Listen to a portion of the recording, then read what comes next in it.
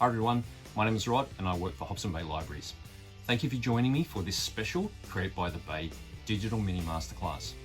This year, Create by the Bay has three special categories: creative writing, visual creation, and digital creation. The masterclass that I'd like to give to you today is in the category of visual creation, specifically in the area of sculpture, which is my background. So hopefully you can learn something today and have some fun while we're doing it. Now, sculptures can be made out of just about anything. Today I'm going to be showing you how to make a figurative sculpture, and for that I'm going to need some materials. Today I'm going to be using some wire to make mine, some wire cutters, a pair of pliers, some safety goggles, very important, and I'm also going to be using some air drying modeling clay. Now, most of these materials you can get from either a hardware store or craft shops. But if you don't have them at home, don't worry. I'm going to show you some alternative material that you can use, because as I said, the beauty of sculpture is that you can make it out of just about anything, and I'm sure you've got some stuff just laying around the house that you can use. I'm even going to give you a recipe on how to make your own air-dried clay if that's something that you want to do. Now, because sculptures can be made out of a lot of different materials, sculptors sometimes need to employ a few techniques to make sure that their sculpture will stand up by itself while they're working it. Because I'm going to be using an air-dried clay, I'm going to need to make something called an armature. An armature is just a fancy word of saying a skeleton. I'm going to show you how to make that right now. Now, when I make my armature for my figure, I'm going to be working off a traditional ratio that's often used by artists of 7.5 heads for the height of a figure. So when we're looking at that, there's 7.5 times the height of the head for the figure, and that works if it's a boy or if it's a girl. And usually in that ratio, the width between the shoulders will be 3 times the width of the head. Now, the proportions can be played around with. You can always adjust them as you feel that you want to, but to make your figure look like it is an actual human, 7.5 heads tall is what the ratio that we often work from. Now, before I mentioned that a armature is a bit like a skeleton, so here's a model that will show you exactly what I mean. So this model is pretty much the same dimensions as my drawing, and an armature should be around about the same size. So when you're looking at, you'll notice that arm's a little bit short. I'm going to add a hand piece for that. I'm also going to add a foot piece when I get to this part down here, and I'm about to show you how to do that in a minute. But first I'm going to show you how you can make your own drawing for proportional sculpture work. Now, there's a couple of different ways that you can go about doing this. One way is to figure out how tall you want to make your figure and divide that by 7.5, but that's a little tricky to do. The other thing that you could do is just to find something that's roughly around about the size of the head that you want to use. Then you find yourself a piece of paper and something to mark with. I'm using a texter. Just draw around the head. And there we have, that's our head.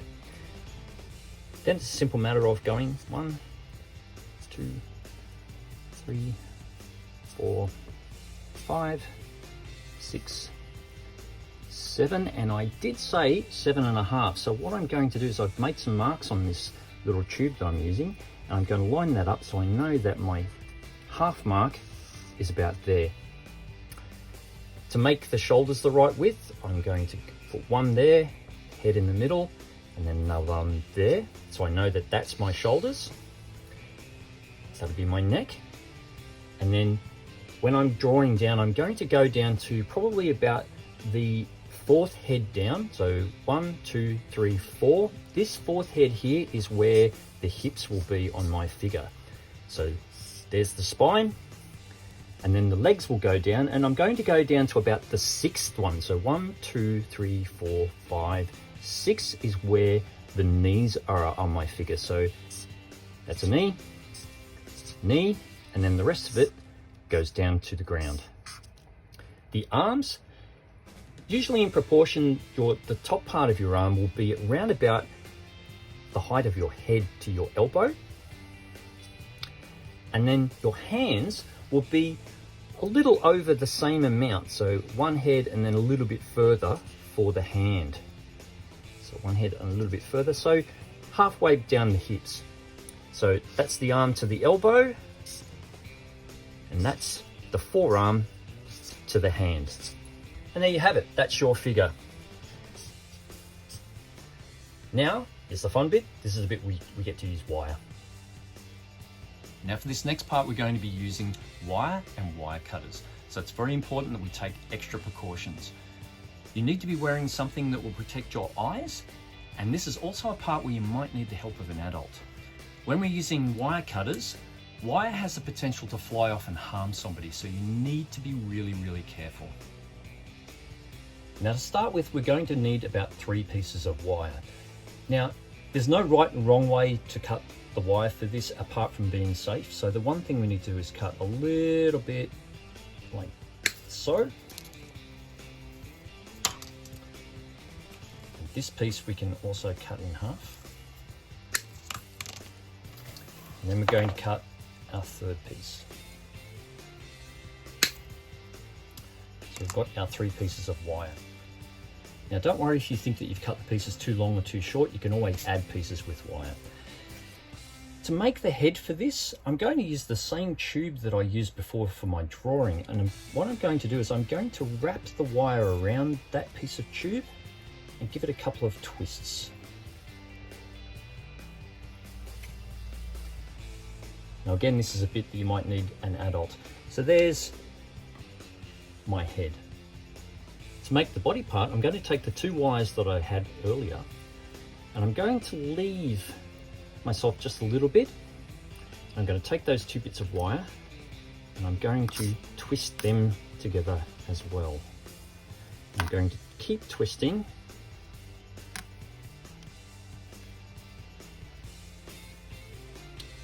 until I've got enough to go between the shoulders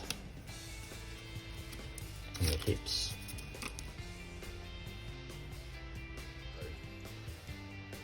Straighten the legs out a little bit, and I'm going to take the arm parts and do the same where the shoulders are going to be.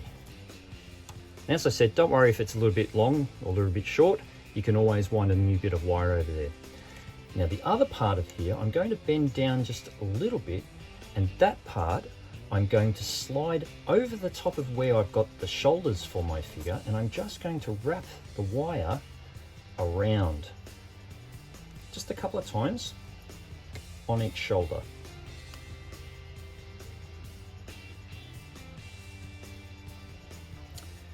So now my figure has what looks like 2 sets of arms. But what I'm going to do is I'm going to take these 2 bits that came off the original body and I'm going to bend them in, because these parts I'm going to use for the chest part of my armature. So now you can see my figure is starting to take shape. And if I place it back over the top of my drawing, I know that one knee is going to be there, one knee is going to be there, the elbow is going to be there, and the elbow is going to be there. Now, as I said, I'm going to add a little bit more later on for hands. And here we go with the extra bits that I've added. Now, the great thing about making armatures is that they don't have to be exact, and they don't have to be perfect. As you can see, before when I cut one arm, I cut it a little bit short, so I've added an extra piece with a very articulated hand here. So there's lots of things on this one. But the one over here is just a simple loop. The foot on this one is a loop, and the foot on this one is just a piece of wire. Both versions will work quite well, so you don't have to be particular about this. They can be as rudimentary or as simple as you really want. Now, as you can see, I've added this bit of wire here and it's a little bit floppy. If I want to secure that and make that a little bit less floppy, I can simply do that by adding a piece of masking tape, and that will stiffen up that joint a little bit, but later on it will also allow me to move the clay around on my figure. And the same goes for that little hand over there. If I want to make that more stiff so it doesn't roll around, doesn't flop about, I can just put a bit of masking tape over, and it doesn't really matter because we're going to be covering this later on in aluminium foil and in clay.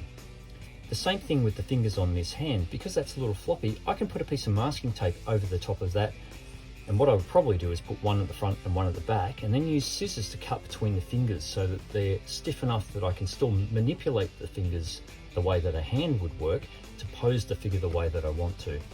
But right now, I'm going to show you how to put the aluminium foil on here.